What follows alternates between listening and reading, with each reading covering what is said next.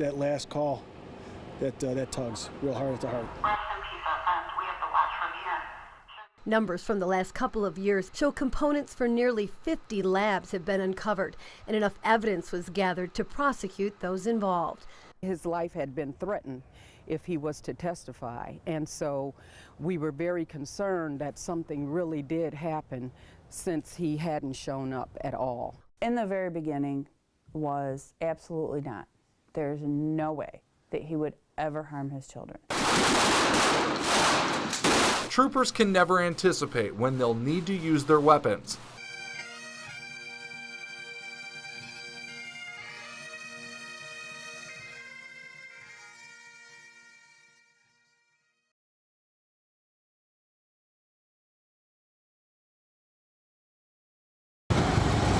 It was a grand escort, more than 100 patrol cars in a funeral procession 2 miles long, all to make sure fallen Deputy Grant Whitaker made it safely home.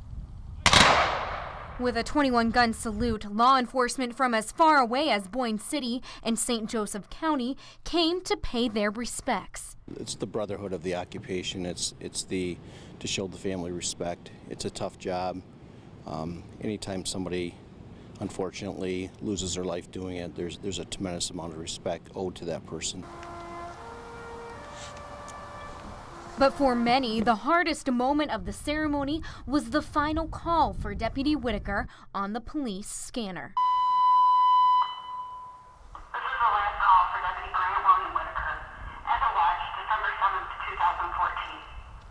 Gone, but you will never be forgotten. For police officers, that hits home because we're communicating all the time, and that's one of the last things you want to hear is not an officer respond when they're called, because at that point you're not really sure what happened. That's what got me today. That's what got me today. I was good up until then. Usually it's the bagpipes that get me, but that last call, that tugs real hard at the heart. Rest in peace, our friends. We have to watch from here. I just felt the stakes are too high when it comes to public safety to continue to be reactive. When we have had numerous different cases of houses blowing up, meth fires, cars catching on fire. It was that concern for public safety that prompted the Eaton County Sheriff's Office to take a proactive approach to the dangerous and growing problem of meth. Eaton County led the push to form a task force to take meth off the streets. The group includes 8 deputies from Eaton County, along with officers from the Charlotte and Eaton Rapids police departments, plus a parole officer from the Michigan Department of Corrections. This team gathers around the table once a month to share tips detailing names and addresses of people involved in manufacturing this highly addictive drug. With that intelligence, plus information from a database called NPLEX, which lists people who are purchasing pills containing pseudoephedrine, the main ingredient in meth, they set out to shut it down. We made a decision a long time ago that if these people are going to continue to be at stores daily trying to buy pills, being blocked trying to buy pills, we're going to continue to knock on their doors and find out what they're doing. The task force has been in place for 5 years, and statistics show it's paying off. Numbers from the last couple of years show components for nearly 50 labs have been uncovered, and enough evidence was gathered to prosecute those involved. 15 dump sites made up of used components were discovered, and meth teams responded to 14 suspicious situations to investigate whether meth was being made. The first place we went to that day in the north part of our county, we got a lab, 2 labs in one house. It was a duplex, one in the back and one in the front. 2 different suspects, both were charged, one was put in prison. Eaton County Sheriff's officials say many people arrested for manufacturing meth lead criminal lives. Meth guys, they're not just doing meth. That's not their only illegal activity. They're also breaking into cars, breaking into houses, breaking into barns. They're stealing from our local stores, shoplifting. It seems like a lot of larceny type crimes go along with the meth and drug use. And those who deal with meth know the reason for that. The person that is addicted to this drug then spends the rest of the time trying to chase that original high, which they will never get. They'll never get. Hopefully you'll see that we catch some of these people and catch some meth, take some of these cookers off the streets. We were we're so proud of him in being a drum major with the MSU band, and that was just his dream come true, being a drum major throughout all of his high school and junior high years, and then to be able to be a drum major at a major university was just wonderful. But that dream was short-lived. Henry Baltimore, a 21-year-old junior at Michigan State and co-drum major for the Spartan Marching Band, disappeared without a trace 41 years ago in May of 1973. In March of that year, Henry was robbed at gunpoint. Two men entered his Oak Hill apartment in East Lansing. They tied him to his bed, pistol-whipped him, and then stole several things, including cash. Police in Flint arrested Roy L. Davis for the crime.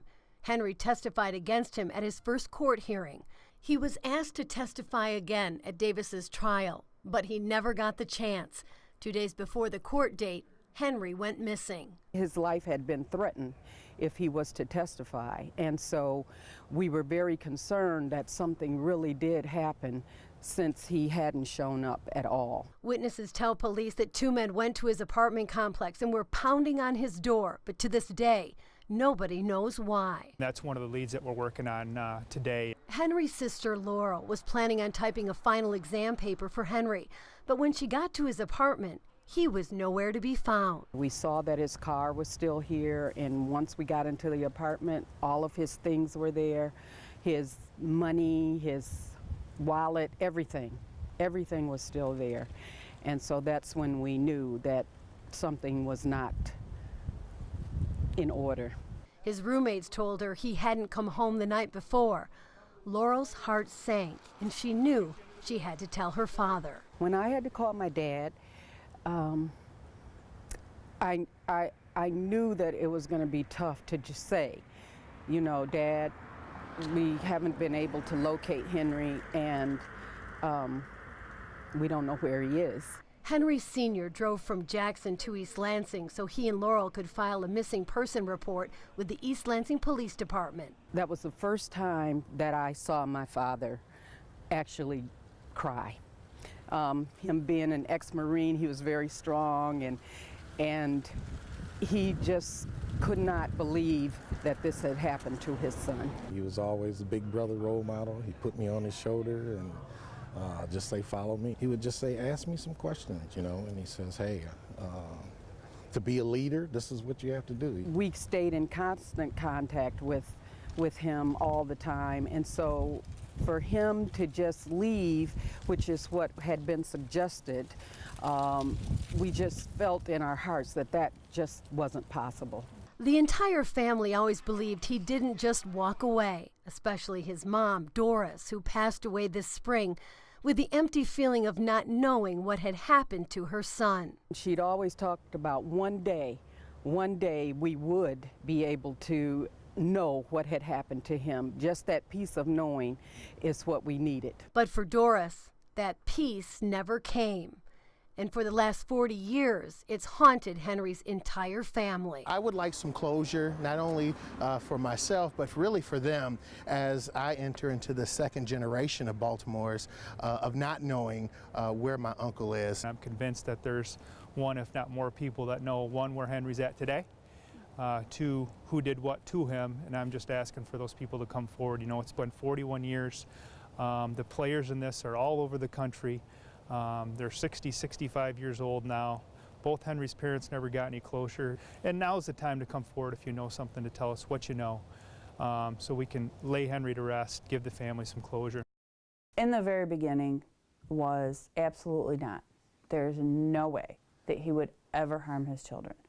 But as the years have gone by and I step back and I think he wanted to hurt me, and he knows the most hurtful thing would be something happening to my children.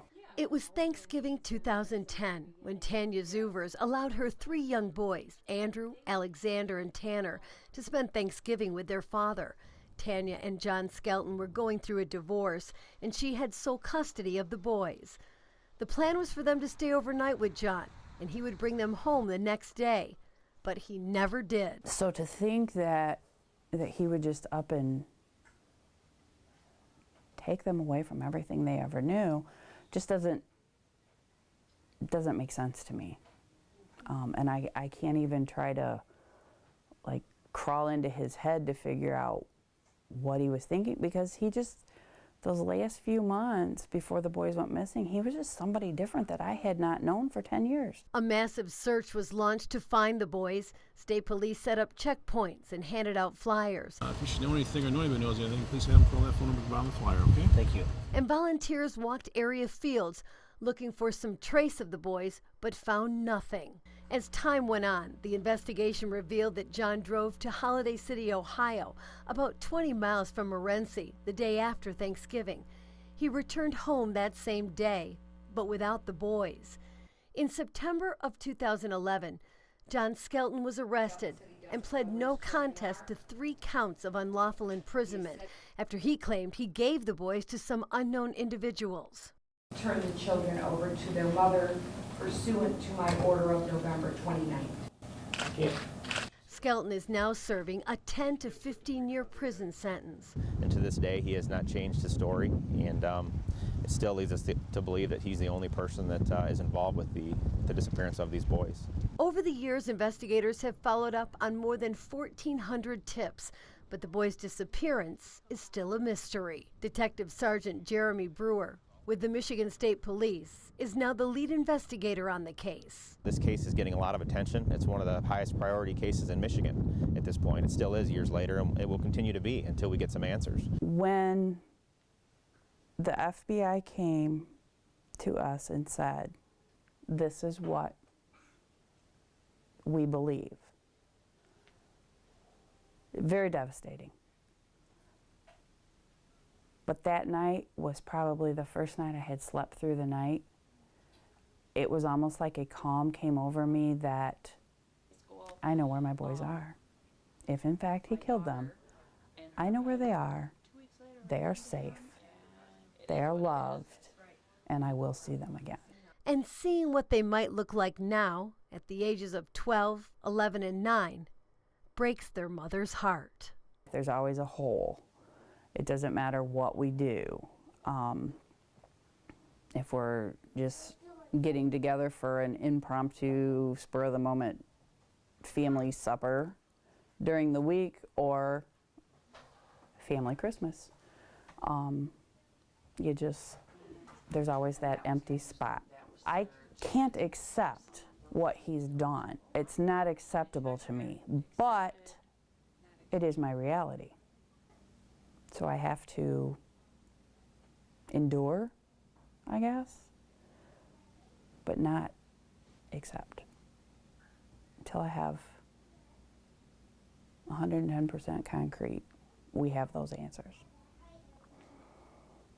And maybe someday. Is ready. A pistol, revolver, shotgun, and rifle. 4 weapons every Michigan State Police trooper may carry on the road every day. In their holsters and in their cruisers, each lethal tool is ready for use at a moment's notice. The recruits are taught how to use them with chilling precision. After all, when faced with the most extreme situations, facing the most dangerous criminals, a trooper must always be ready to respond with force. The trainers at the Michigan State Police Trooper School make sure the recruits are ready through 90 hours of firearm training inside this shooting range on the MSP campus. By the time these recruits graduate, they will have fired 1,800 rounds with the Sig Sauer 40 caliber pistol, 300 rounds with the Smith & Wesson 38 revolver or 357 Magnum, and 350 rounds with the 12-gauge shotgun and Colt M4 assault rifle. Heavy arms, able to handle the heaviest situations. Knowing how to use it is definitely a must. It's like anything else that we carry or any other skills that we've been taught. If you're not able to use it, it's no good for you to have it. Using the weapons is always a last resort in the line of duty, but knowing how to use them, if necessary, is absolutely critical. Perhaps that's why the training is so detailed. I remember the first day we were up here, actually the first couple days, stood facing the wall with empty firearms, and for 2 hours straight at a time, practice trigger pull and grip and sight alignment and all that kind of stuff. So, I mean, it gets tedious, but it's very important.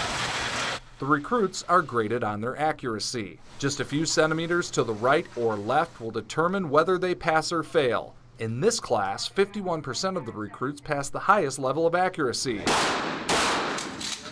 Another 21% were deemed experts. Good.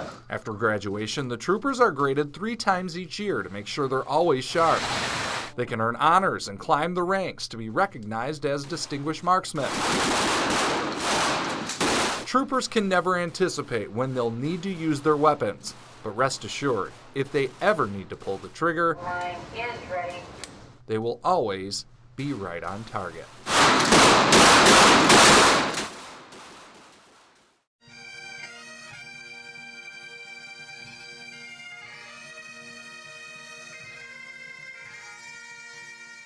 This was a time in our history that really changed the world. I think we will take time to remember where we were and what we want to do and what we want to hold valuable every year afterwards. A somber reminder of the time that has passed, but we shouldn't forget. It's so important that we remember, and I don't think that anyone has forgotten. It's on our it's on our tip of our tongues every day. There's always something going on in the world that reminds us of these things and the terrible events that took place on September 11th. We thought that while we all have things to do, we need to take time to remember not only the tragedy, but sacrifices that still go on. When events take place that try to tear our community apart, that really it draws us stronger together, that we come together as Americans to overcome.